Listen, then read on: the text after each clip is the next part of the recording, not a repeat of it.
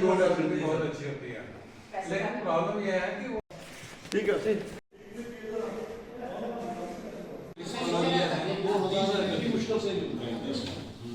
वो that is loyal का ये कहेंगे जो ये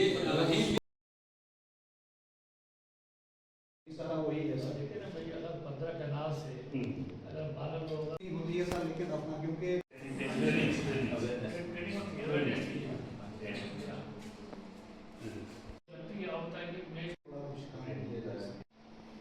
आपको ट्रेनिंग कर रहे हो या मतलब ये तो वो हम काम करें सर। सीड प्रोडक्शन के लिए जो है यहाँ जरूरी है डिपार्टमेंट मेरा पहले 3 केजी तो होता है।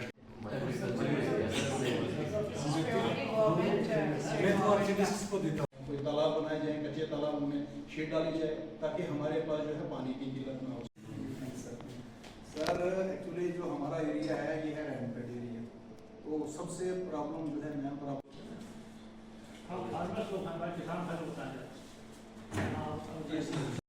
सबको जो है आपको बनाया गया है।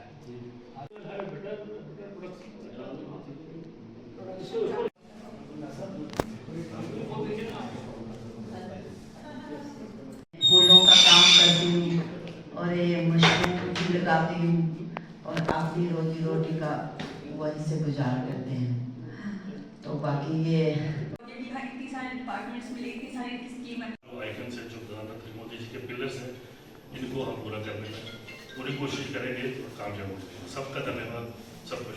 ये हमारे रामबन केवीके की पहली वैज्ञानिक सलाहकार समिति की मीटिंग हुई है और इस मीटिंग में आप देखा कि जितने भी हमारे डिपार्टमेंट्स हैं, जितने भी सरकार के डिपार्टमेंट्स के हैं, जेके गवर्नमेंट के हैं, सभी लोग यहाँ पर आए थे और हमारे विश्वविद्यालय से हमारे डायरेक्टर एक्सटेंशन और हमारे यहाँ केवीके इंचार्ज और एसोसिएट डायरेक्टर एक्सटेंशन सभी लोग यहाँ पर थे। सबसे बड़ा जो हमारा उद्देश्य है इस मीटिंग का, ये हमारी पहली मीटिंग हो रही है क्योंकि हमारा जो ये रामबन का केवीके है ये 2022 से शुरू हुआ था। तो इसके बाद अभी भी हमारा यहाँ पे जो इंफ्रास्ट्रक्चर डेवलपमेंट है या हमारे ह्यूमन रिसोर्सेज हमें जो यहाँ पे जो मतलब हमारा स्टाफ है उसको रिक्रूट करना बाकी है अभी। लेकिन हमारे कुछ लोग भी हैं, कम लोग भी हैं, तो भी हमने जो है इस डिस्ट्रिक्ट के विकास के लिए डिपार्टमेंट के साथ मिलकर बहुत काम किया। आपने देखा हो ये मीटिंग हम लोग खासतौर से इसलिए करते हैं ताकि जितने भी विभाग के लोग हैं वो लोग साथ बैठ करके जो हमारे किसानों की यहाँ समस्याएं हैं एग्रीकल्चर या एलाइड फील्ड में, उन सारी समस्याओं का हम यहाँ पर मंथन करते हैं। आपने देखा होगा यहाँ पर कि जो समस्या बताई गई उस पर हम अपना एक्शन पॉइंट बनाते हैं। उस एक्शन पॉइंट को लेकर के एक तो हम पूरा एक प्लान बनाते हैं, पूरे 1 साल का प्लान बनाते हैं। हमें कितनी ट्रेनिंग करनी है, कितने अवेयरनेस प्रोग्राम करने हैं, हमें कितने फार्मर्स के फील्ड पर डिमॉन्स्ट्रेशन लगाने हैं या ऑन फ्रंट लाइन डिमॉन्स्ट्रेशन लगाने हैं, कितने कैंप लगाने हैं ताकि हमारे किसानों को एक सर्वांगीण विकास हो सके और हमारे किसान जो है हमारे जो वैज्ञानिकों के पास तकनीकी हैं वो तकनीकी को उस बारे में सीखें, उसको प्रयोग लाएँ ताकि उनकी जो है इनकम जनरेशन जो है अच्छी हो, बढ़े हो। तो ये तो सही बात है कि तो रेडफेड एरिया है और वो तो हिली ट्रैक है, दिक्कतें तो हैं यहाँ पर, लेकिन उसके बावजूद भी इन दिक्कतों में से ही हम जो है एक अवसर निकाल सकते हैं। रेनफेड का भी हमारे जो कुछ क्रॉप हैं, कुछ वेराइटीज़ हैं वो हम यहाँ रेकमेंड करते हैं और हमारे किसानों को एक हम डाइवर्सिफाइड ताकि ना कई तरह की, आपने देखा कि एक फार्मर के पास 15 कैनाल की ज़मीन है जिसमें कि वो लगभग 12 से 13 लोगों को जीविका को अर्जन कर रहा है, कमा रहा है। इस प्रकार से हमारे हार्टिकल्चर में भी और एग्रीकल्चर में भी और एनिमल साइंस में भी और इन सब में जो है इतने सारे काम है कि अगर हम एक साथ करते हैं, इनको डाइवर्सिफाइड करते हैं अपने एग्रीकल्चर प्रोडक्शन को, तो हमें अपने आप ही हमारा जो है जो किसान की उपज बढ़ती है और साथ में किसान की आमदनी भी बढ़ती है।